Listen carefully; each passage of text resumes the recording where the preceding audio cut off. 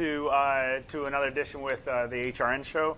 My name is Grichuhin. I'm the Director for Advanced Lung and Heart Disease. If you have any comments or questions along the ways as I discuss the topics and everything, please don't hesitate to write in the comment section on the where it's provided, and we'll be happy to address any questions, concerns, anything like that. Okay. All right.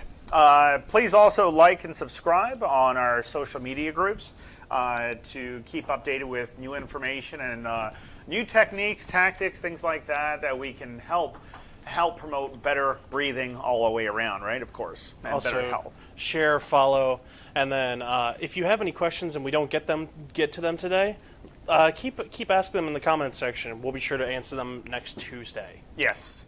So on Tuesday, we did bring up that we're going to talk a little about nebulizers and bronchial hygiene and things like that. So our topics for today is congestion removal through different methods.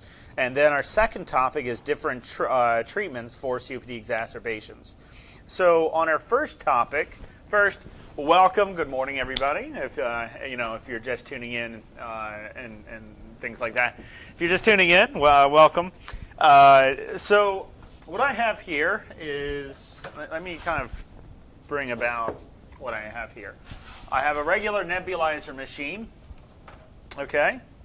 It's a compressor. All right, so this compressor right here, let's talk about this compressor really quick, because all these nebulizer compressors are kind of nearly identical to each other as they compress air to formulate a certain pressure that makes the Venturi device or the nebulizer work properly. Okay, so it has to be a certain pressure. Now, if I put let's say an albuterol treatment in this, and I notice that the misting, like the mist, now I'm going to demonstrate this in a second, but if I find the mist comes out and shoots straight down, that means the particle sizes are larger than they should be. That means there's something impeding flow. So on this nebulizer machine, on the side of it, on this one, some of the nebulizer machines, they're located underneath. I'm talking about the filter. This is what we're talking about right now. So if I turn this and pull this out, I notice there's a small white filter. It's kind of hard to take this thing out a little bit, I think. Maybe need a pen or something to pull the filter out. There we go. So there's a small filter right here. If you ever find that your filter's clogged or it's very dirty, then you might want to definitely change that, because if I impede flow, through FDA guidelines, you have to require a certain filter for inhalation. So just in case there's any particles that don't come into your lungs, or in case worst case scenario ever happens. But these filters are very important. We want to make sure that if the particle sizes are the proper size. And how do you really determine that is if I put, and this filter is very clean, of course, as I've noticed. If I put fluid into this, I know this is just water, but it's just fluid. I'm just going to put a couple drops in there. That might be a little bit too much. Yeah, right there. If I turn this on, I see the misting is coming out, just coming up and flying away. That means the particle sizes are great. Great particle sizes. So the particle sizes are fine, and I can take my nebulizer and the medication. Now, if I occlude the filter just a little bit, what happens? Not a lot comes out, or any comes out. Why? Because I'm impeding flow. If the particle sizes of the mist are very heavy, well, gravity follows, right? So if it comes up and comes straight down really quickly, that means the particle sizes are too large, and that might mean that the filter needs to be cleaned out, okay, or changed. Usually these are disposable filters, and I would just change them out with another one. The amount of time that usually if I have patients and they are using a nebulizer, I would usually change it once a month or as needed. That's the usual, okay? If you find that the medications you're using are not working, or you feel that they're not working, or you feel like your lungs are more wet than usual, it might be the particle sizes are too large. Check with your DME provider and just make sure that they're changing the filters, and just ask them a simple question. If you bought your own compressor for nebulizers, just look at the manufacturer's instructions on the recommended time and changing amount when you should be changing them. And just jot it down on your calendar. So if it's every 30 days, if it's every 3 months, whatever the case may be, or if it's as needed, or just write on your calendar once a month, check filter. There's something that simple. Concentrators have something like there is a filter. There's an internal filter and an external filter. The external filters need to be cleaned as well. So how we clean the external filters of a concentrator, not a compressor, but a concentrator, is we wash the filter with warm soapy water, and then we, of course, let it air dry. Usually what I would do is have the patient with 2 filters. One as a backup, one that's already on the device. So when I go and change it, I don't have to discontinue or pause the concentrator runtime. What I mean by that is, if I take the filter off, I don't want to have the concentrator running while there's no filter on there, right? So in this case, if I have a backup, I would take the dirty filter and replace it with a clean filter I cleaned like a week back or something, and put it onto the concentrator. Because if I take that wet filter and put it onto electronic parts, especially when it's bringing in air and the moisture and possibly more fluid than just regular moisture, it's more viscous or something. But the point is that electrical parts don't work very well with water. Okay, for those that might not know that, that's very true. Okay, electrical parts don't work very well with water, as water is very conductive, right? So, changing filters on a concentrator, I usually do that once a week, no matter what. Okay, I always have a backup. These filters for these are small little white, they look like pellets, small little white filters. Just check with the manufacturer's instructions, or contact your DME company, making sure that they are working properly and they're functioning just right. Anyways, let's go ahead and look at the different types of applications. And these are not all of them, these are just some, okay? Because there's a lot of applications we can apply a nebulizer to help promote better breathing, but also medication management and the proper deposition of medications or certain medications. Okay. So right here, I'm going to see if this should have the same outer diameter. It does, good. Okay. So right here I have an aerosol mask. A lot of people probably have seen these aerosol masks where you start it up, the aerosol begins, and of course the patient's wearing this. Okay. Now, let me just turn this off here. Now, when they're wearing this, there is a nose clip on top where it presses down on your what we call the vomer, VOMER, vomer. But anyways, just your just on the top of your nose. It doesn't have to be really tight. You want a good seal. Okay. The problem with the aerosols are that they are not foolproof. Okay. If I put this on, let's say I turn this compressor on. I'm taking a medication, and I lay down flat, what happens? No misting.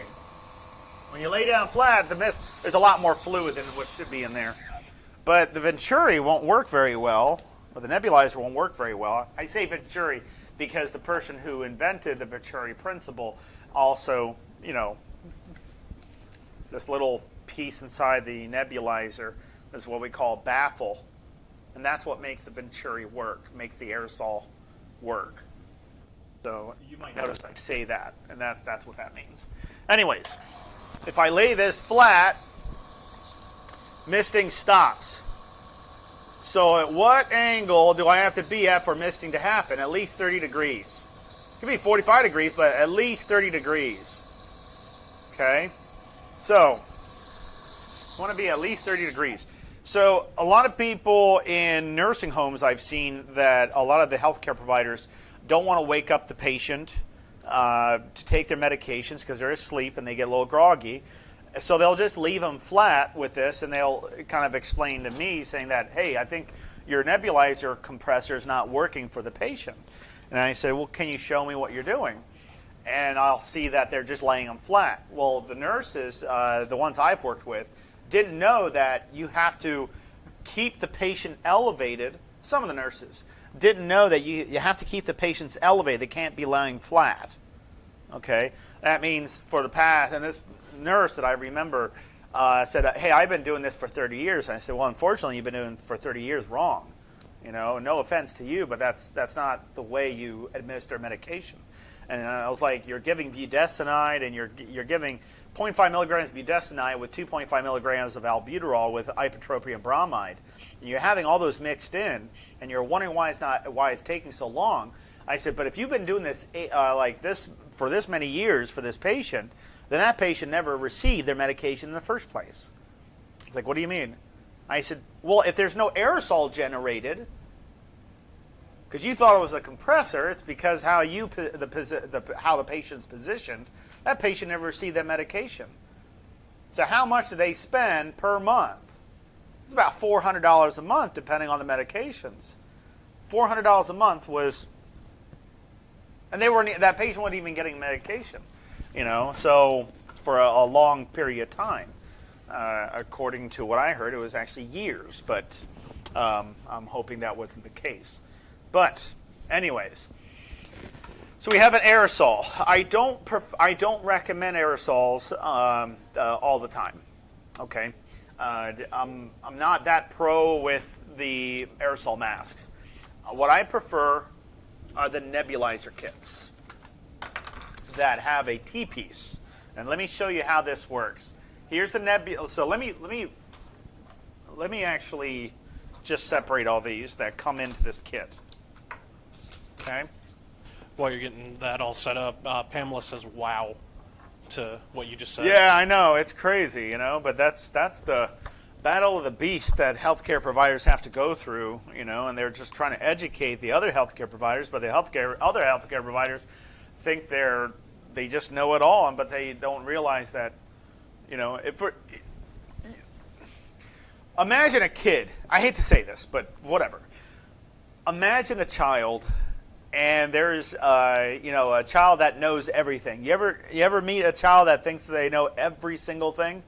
Well, no matter what you teach that child, it just goes in one ear out the other, you know, because they know it all. You can't teach somebody who feels like they know everything, because they'll just go back to their old routine. They don't want to take anything you say with, you know, criticism and yeah, it's kind of like that battle all the time in pulmonary and any healthcare field. I think doctors go through it like quite a bit. So, anyways, nebulizer kit. So I have right here the bottle, right? It's basically the nebulizer port, where I put the nebulizer port, the aerosol line into here. And then I fill it. There's these three or four lines that show in milliliters how much fluid is in there. As you can see, well, probably you can't see very well, the lines don't reach up all the way to the top. It's only about a quarter of the distance from the bottom of the nebulizer basin to about quarter inch up. Okay, so meaning I can't fill up any more fluid than that, or else it won't work very well. So I have to, the maximum amount I can put in is about, see, 2, 3, 4, 5, 6 milliliters of fluid. That's the max I can put into this. Okay. A lot of other nebulizers are a little different, but if you just look at the manufacturer's instructions or the recommendations, it will kind of give you a good insight of how to do this. Anyways, so I have my basin, a piece of corrugated tubing. Okay, the mouthpiece, the T-piece, and of course, the compressor line. Okay, my supply line. All right, now, as I put these together, very simple. Take the T-piece, This is a very, very, very important piece. So I have my T-piece right there. Piece of corrugated tubing goes in the back of it. Okay, and if it's not pulled all the way out, you want to make sure it's pulled all the way out. And of course, the mouthpiece goes into the 22 millimeter inner diameter, just like so. And of course, the line goes there, and I have my kit. Now, this right here might not seem like a lot, but this is what I am very pro with.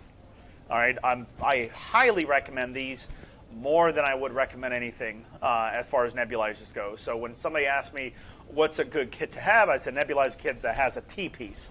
This right here is what we call a T-piece.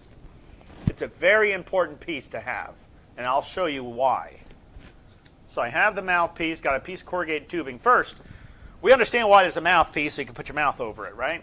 Okay, when you put your mouth over it, do you want the mouthpiece to go in your mouth past your teeth? Yes. You don't want to kiss it, and you definitely don't want to just have it right there, right? You want to make sure it's in your mouth.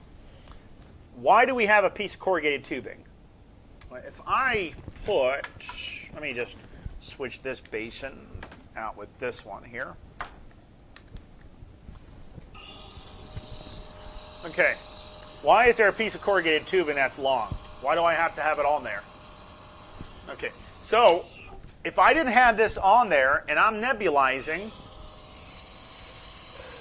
okay, I'm breathing in and out, I'm only going to get this much vapor. That much, which isn't a lot.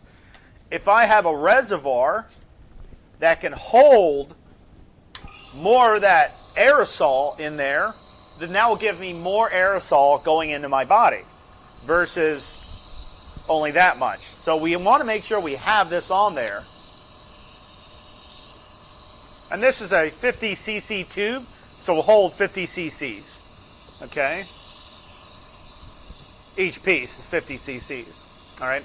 Is that what comes with? Is that the piece that comes with your IS? Yeah, it comes with the kit. Yeah. Yeah. There is a piece like that on an IS, an incentive spirometer, but that's not the same piece you would use for this one. This one's a little different. But the sizes are they're actually identical. So I can easily take my nebulized corrugated tubing off, and I can easily switch it out with my incentive spirometer one, and it'll fit just fine. Okay, but that's not the one I want to use. Is there anything wrong with doing that? No, there's nothing wrong with doing that. But still, we're just talking about proper, All right. So now we understand the reservoir, the piece of corrugated tubing, what's its purpose. Okay? Now, let's say I have a patient that is in California and I'm in Maryland. Okay? And I obviously I can't put hands on patients. So if I take the mouthpiece off, tell them to put it onto their incentive spirometer, like so. And I see this.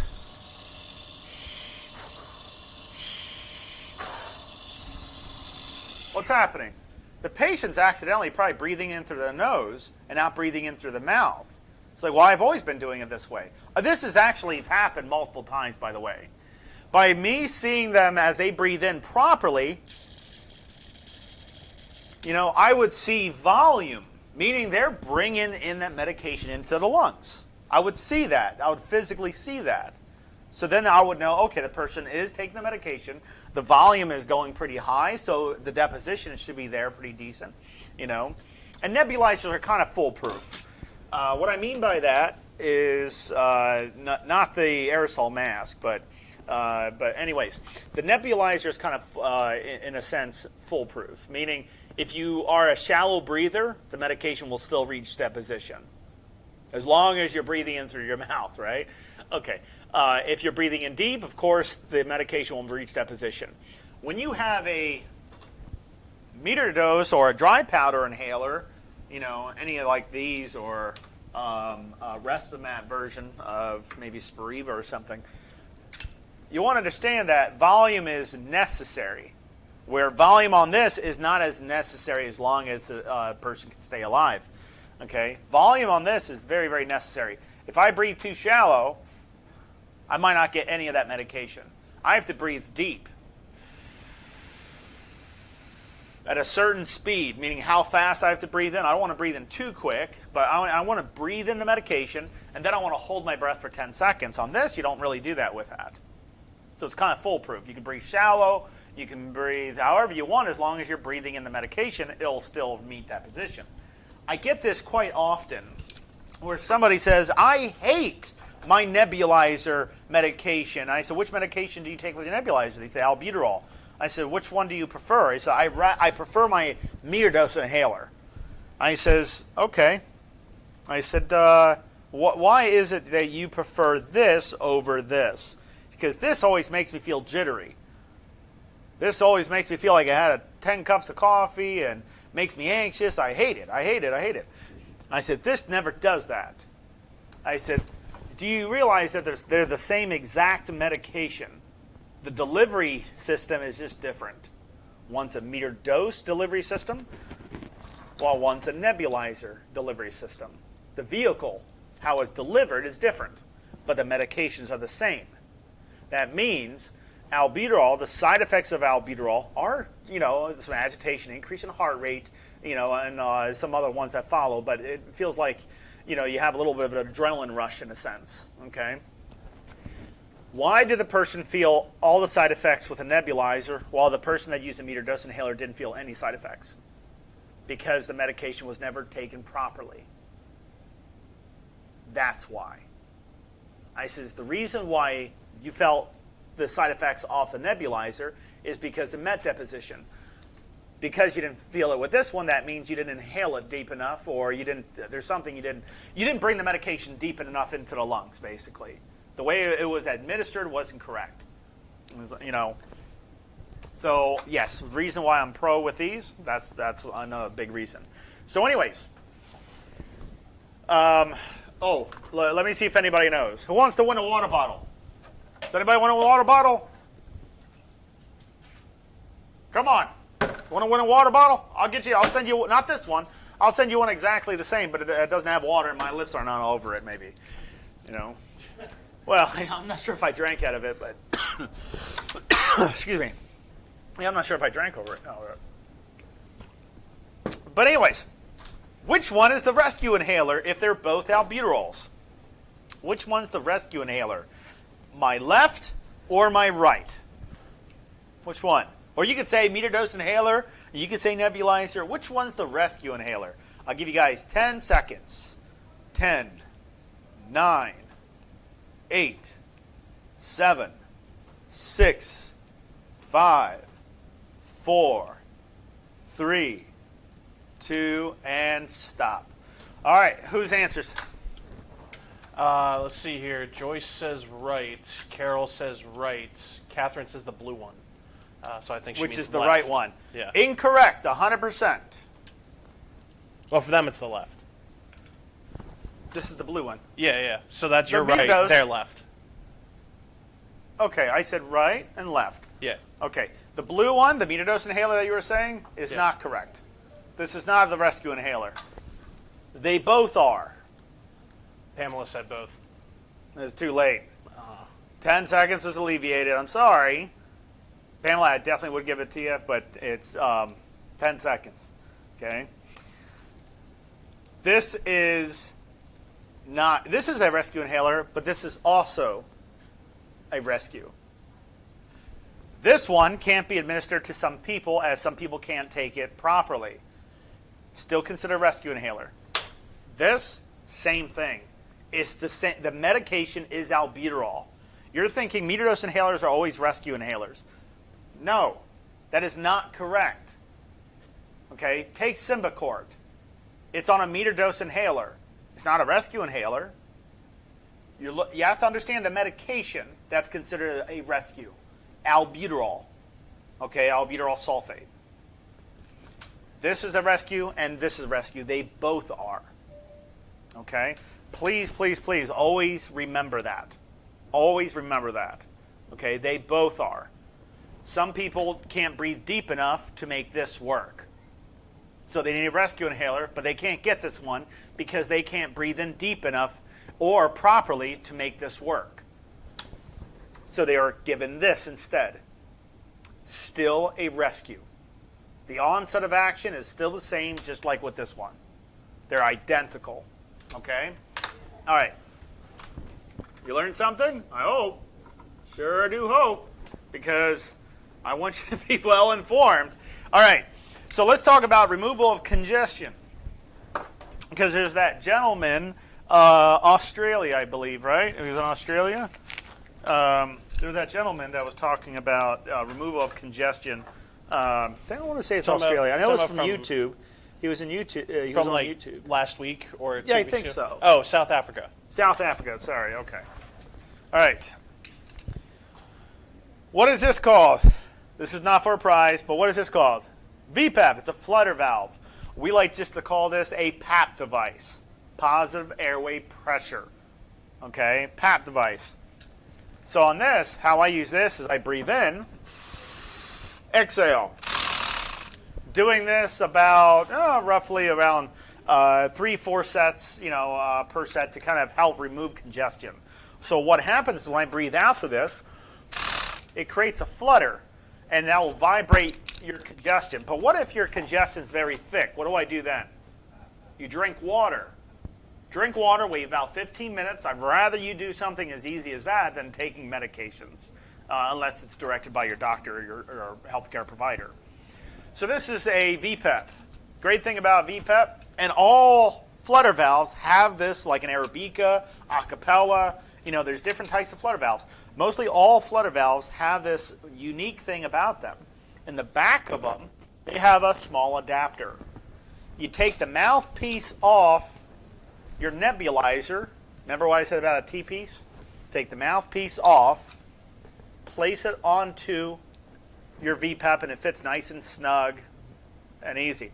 I turn on the nebulizer, and this is going to do 2 to 3 jobs for me. I breathe in the medication through the nebulizer, and I get rid of the congestion. Okay? I breathe in the medication through the nebulizer, just through the same device, and I breathe out the congestion. Okay. I'll do this through the whole duration until the medication's over with. This will allow good deposition, also removing some of the stubborn congestion out from your lungs that shouldn't be in there in the first place. Okay. Now, some people in the wintertime, and not just winter, but some people have some nasal, their sinuses are a little bit stuffed up. So I have, there's this unique tip that I have done with my patients, especially pediatrics. Pediatrics, younger crowd.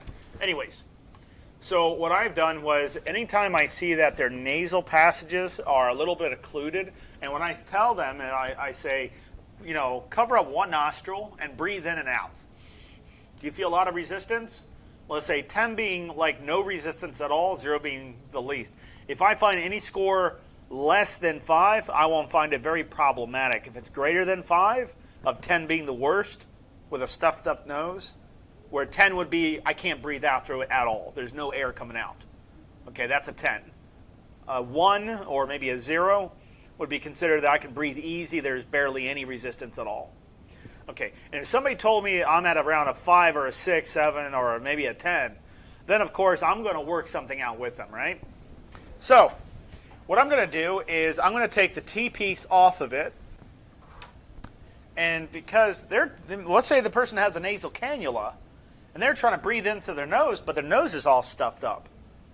So that means when oxygen is bleeding out through that cannula, it's not going to make it. It's going to make it into the nose a little bit and come straight out because it's occluded. It's stuffed up.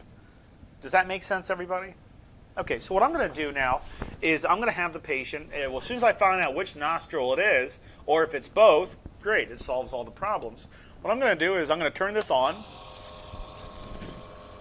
tell the person to hold the nostril down that is easier to breathe out or harder to breathe out, doesn't matter. I'm going to do them both. I'm going to place this in just underneath their nose and tell them to breathe in through the nose.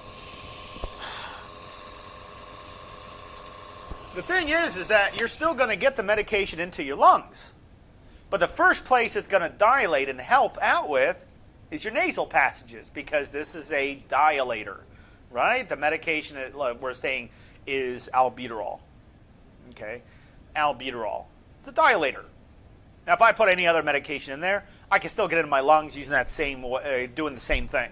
But with specifically albuterol, what I've done with people with stuffed up noses is I tell them to put it underneath their nose and breathe in. It still makes it into the lungs, but the first place it goes to first is the nose, and it's going to help dilate and alleviate the congestion that's up there. Okay? All right, that's a quick tip and trick on that. Now, let's talk about when we use these devices. When do I use a flutter valve? This is an acapella. Let me show you that the T-piece fits on an acapella just fine. Some people call this a pickle because it's green.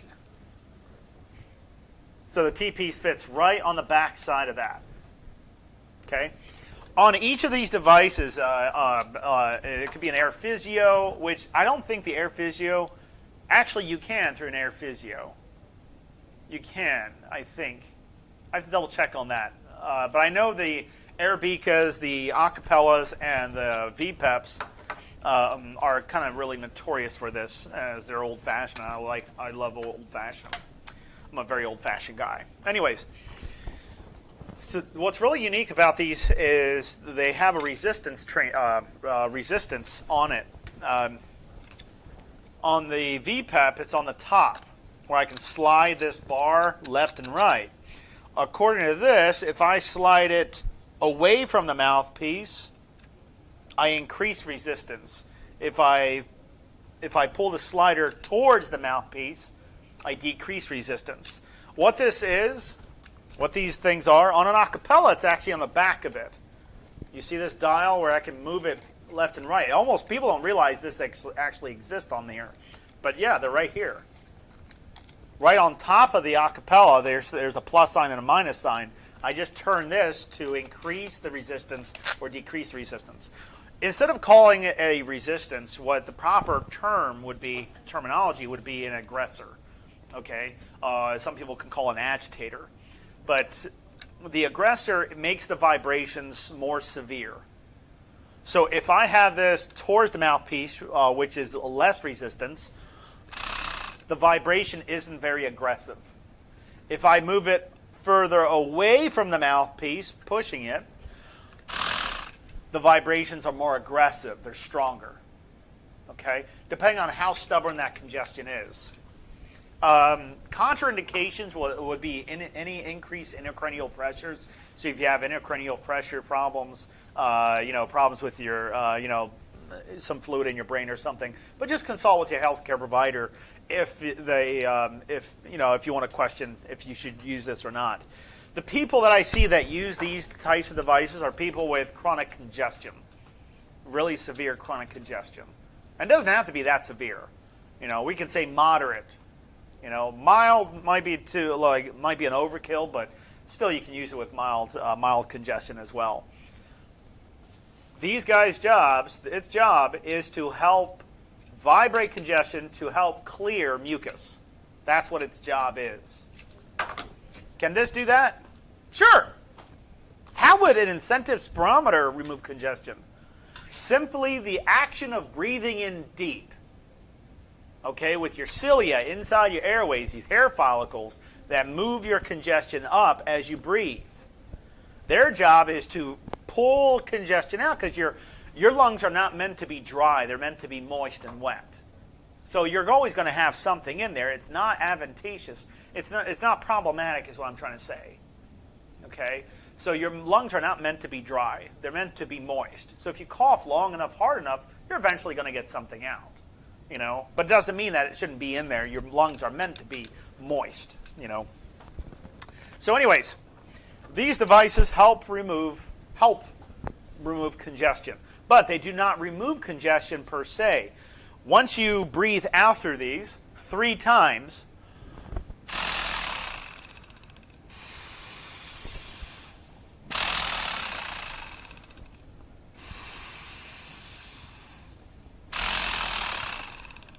you take it out of your mouth and you cough 3 times.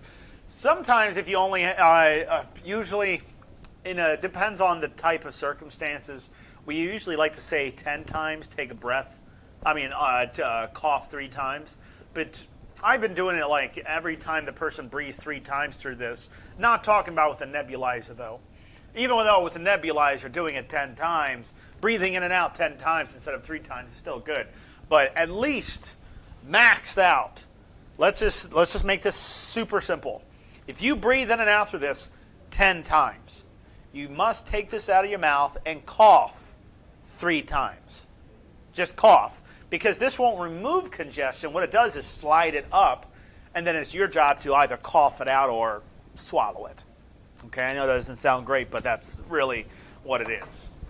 All right, so nebulizers. If I have a hard time with, let's say, removing congestion, then I can use a nebulizer in line with a PAP device. PAP. But this is called a VPEP. VPEP. Okay? So it just provides expiratory pressure, and it helps, and it actually vibrates your lung fields to help, help remove congestion. Okay. Any questions on these so far? So I'll start with Marianne's. She says that her nebulizer kit doesn't have a T-piece.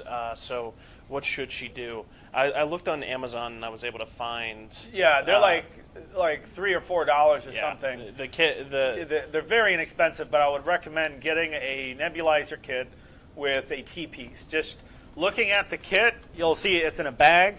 So I have the bag over here. It's in a bag, and you'll see a T-piece on there. Just make sure it's a T-piece and not an aerosol mask. Not an aerosol mask, okay? T-piece with the mouthpiece on it.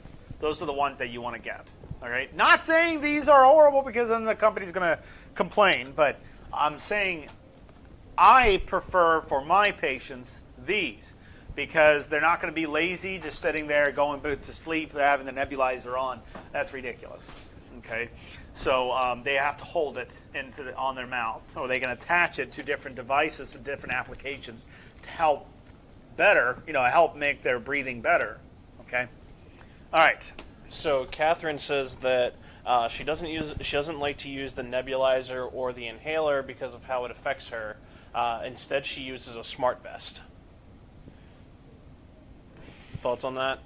Or? No. Well, look, okay.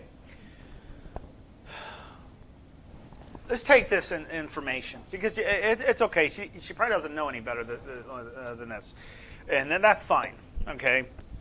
I want you to think about this problem. Your airway is inflamed, and it's causing a kind of like a check valve. It's causing air to come in, but having a hard time coming out. When I do exhale, I wheeze, meaning I have bronchospasm or I'm inflamed. My airways are inflamed. How can you remove that with a chest vest? And you might get something out, but they're stuck inside the airways. So you have to dilate the airways first to help push the fluid out. You can't do that with a chest vest. You got to get it. And I understand that you get some side effects, but you should be getting side effects. But the side effects outweigh the benefits. They don't outweigh the benefits. So when you take the medication, if you're going to feel a little agile, and you can talk to your doctor about going with a levobuterol, Zopanex, something like that, so you don't get that much side effects. Is it more expensive? Yes, it is. It is more expensive, but you're going with a beta-2 specific drug with something that is not beta-2 specific. Well, that is beta-2 specific, like albuterol, beta-2 specific, B2, beta-2. That affects the lungs. Then you have alpha-1, alpha-2. You got so what I'm trying to say is that when you take a nebulizer or a metered-dose inhaler and you take it properly, and the side effects, you obtain side effects from it, that means you've taken it correctly. Okay? And I understand that you might, there is no medication that won't give you any side effects. They're going to give you some side effects. But the benefit outweighs the little bit of problems that you have with it. Okay? Would you rather breathe easier? So if you find that is a problem, you want to let your doctor know and say, can I go with something that doesn't give me as much side effects? But just understand it will be a little bit more expensive. I'm not saying that's, it's a bad thing, but it is a little bit more expensive to go with something that doesn't affect your heart, doesn't affect your adrenal glands, doesn't affect everything else. Albuterol will affect your heart. You'll get an increase in heart rate. Your blood pressure might increase a little bit of agitation, stuff like that. But it's only for a short period of time. So, yes, that's what I have to say for that. So, Catherine then responded with, she doesn't use it a lot because she likes to do it on her own. But if it's going to help you, unless otherwise stated, it's going to help you. Look, guys, you're asking a clinician. Okay, you're asking a clinician. I'm going to give you a clinician advice. Okay, you're asking a clinician. If everybody wants to be their own doctor, these doctors go to school for like 18 years, man. Yeah. I go to school for there's a reason behind it. But you're asking for advice. I'm giving you advice. Yeah, I mean, unless your doctor says not to do something. I know everyone feels that I should just take care of myself and do this, do that because I think it's the best. No, it is not. Because you have I'm not saying you per se, I'm saying a large majority of people that try to take care of themselves by self-medicating themselves and self-diagnosing is usually above 90% wrong. It's a statistic. This is not something I made up. People will take, all right, my albuterol is not working, so let me just overdose it, and let me take like four puffs instead of 2 puffs. When I take Tylenol, let me take 4 Tylenols or 6 Tylenols, because my migraine is really bad, They don't realize they're doing a lot of harm to themselves. Just look this up, everybody. Tachyphylaxis. Tachyphylaxis, developing an immunity to a certain medication for overexposure of a certain medication's use. So you're overusing it, and the chances of that are very, very high. Then you have people that, there was this, remember Michelle last time? There was a post onto our Facebook group about these drops, and we never approved that. That was the gummies. The gummies. Yeah. Yeah, that there was this magical gummy, and there was this magical thing from Dr. Phil. Said, that wasn't Dr. Phil. That was an AI. There's a lot of scams out there, guys. You guys know this.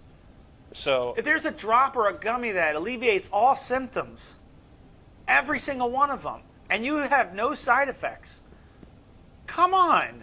There's nothing like that that exists. So D says preach. Yeah, he preaches. They love the no sugarcoating it. Yeah, come on, guys. You know this. If there was something like that out there, it would be on the news, broadcasted everywhere, because that's something that would be crazy. Something that removes all congestion, fix your lungs to a healthy lung health, from taking a couple drops underneath your tongue. Come on. We know better than that. We're not stupid. Come on, please. Dee and Rita both said they hate the smart vest, that it's a big pain in the keister. Well, they use the different word than keister. Well, that's people with cystic fibrosis, bronchiectasis, but specifically cystic fibrosis, even with chronic congestion. I find that the life vest or the chest vest are lifesavers for them. They might not like it, but they are lifesavers. A lot of our patients wouldn't be alive today if it wasn't for that. I hate to say that, guys, but I'm giving you honesty.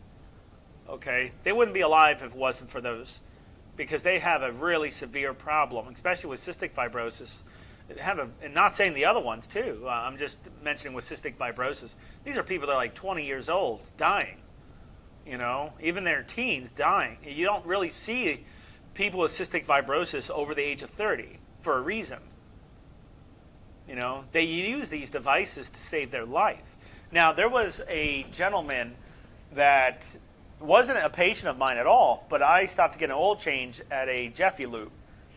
And I saw that when he came up and he was explaining what he was doing, I saw his fingers. I know, it sounds strange, but I'm a clinician. I saw his fingers, and I saw that he had severe digital clubbing. And I didn't say anything. But I was like, And I saw that he had a rest a few times. This guy was young. I don't know what his exact age. I would say he was mid-20s. He was fairly young, and he was doing the oil change, but he had to take rest breaks. And I said, I asked him, I said, he said, you're taking a lot of rest breaks. I'm not complaining. I'm just, I'm a clinician, but is there any way I can help you? He says, no, I have cystic fibrosis, and I can't afford a chest vest. And I said, oh. I said, do you have insurance? He says, no. I said, do this. I said, so I had to show him how to do this. I said, flutter your tongue like this. So he did that. I said, okay, purse your lips a little bit tighter. All right, so purse your lips as you do that at the same exact time. And then as soon as he did that, he started coughing very violently. He says, oh my goodness. And he took, he found he just brought up so much stuff. He says, I didn't even know something like that exists. A simple technique he still uses today. He still uses today. I'm not kidding. A simple technique that doesn't cost him anything. Just some prerequisites of how to do it. That's it. He just has to learn how to do it, and then he does it automatically, and then he doesn't need a chest vest. So there are other ways of removing congestion.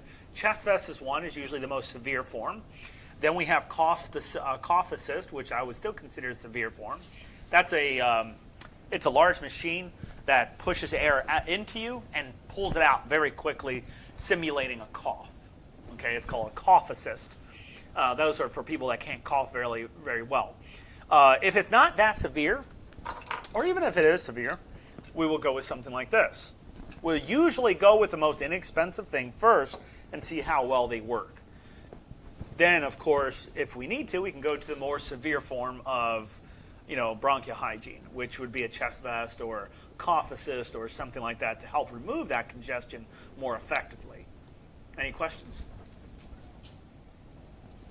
No. Well, kind of. Rita said that she does use the smart vest. It's just she says that it's a pain to get on and off. Oh, I understand. I know it is a pain, but I wish they can make things a little more easier. But unfortunately, that's just kind of the battle of the beast for right now until they figure something else out. No worries, D. I understand I understand it. Oh, that one was Rita, but that was Rita. I'm sorry, D.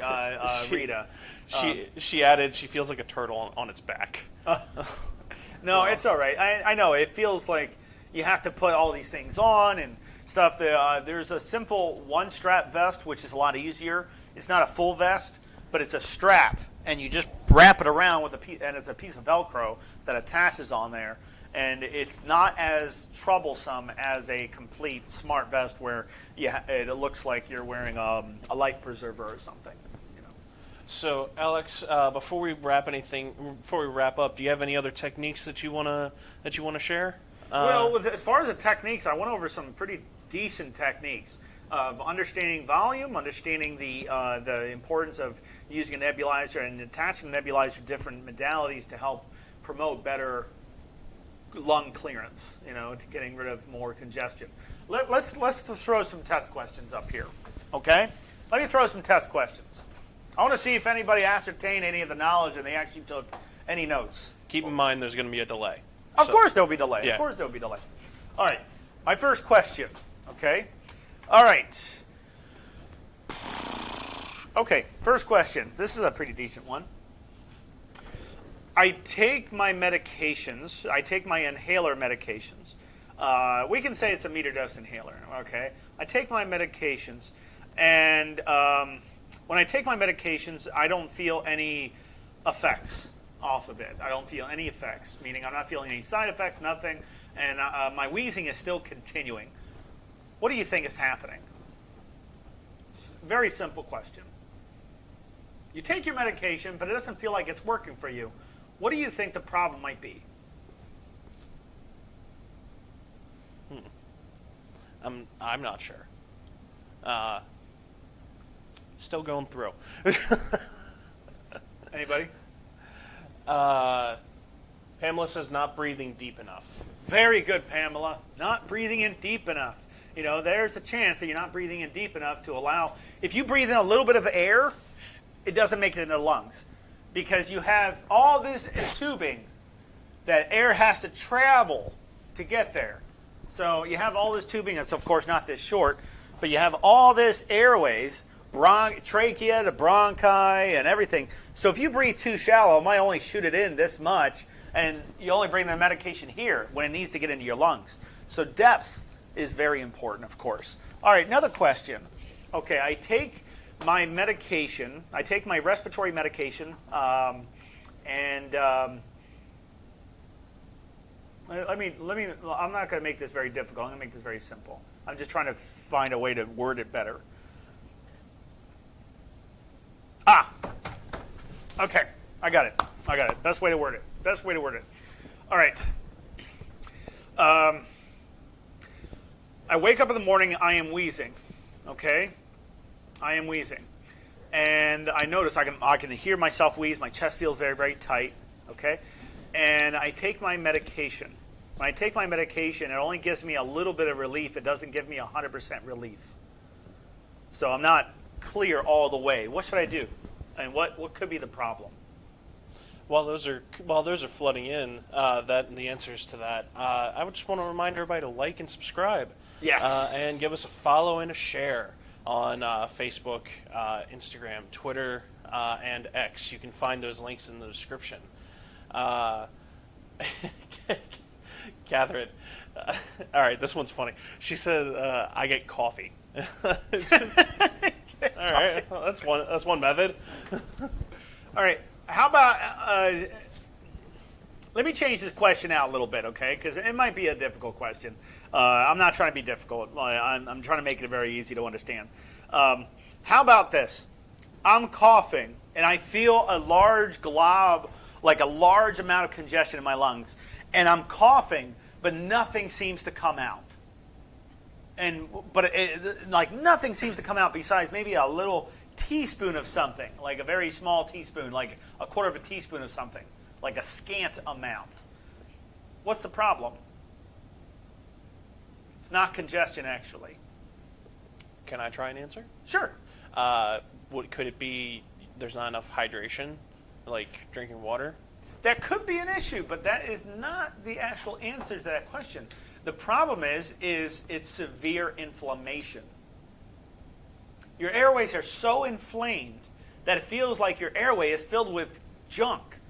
And it technically is because your airways are super inflamed. So your globulate and mast cells are producing so much, right? But your airways are so inflamed that it's so loose. Your airways are so loose with high inflammation. Your airways shrink. They constrict a little bit.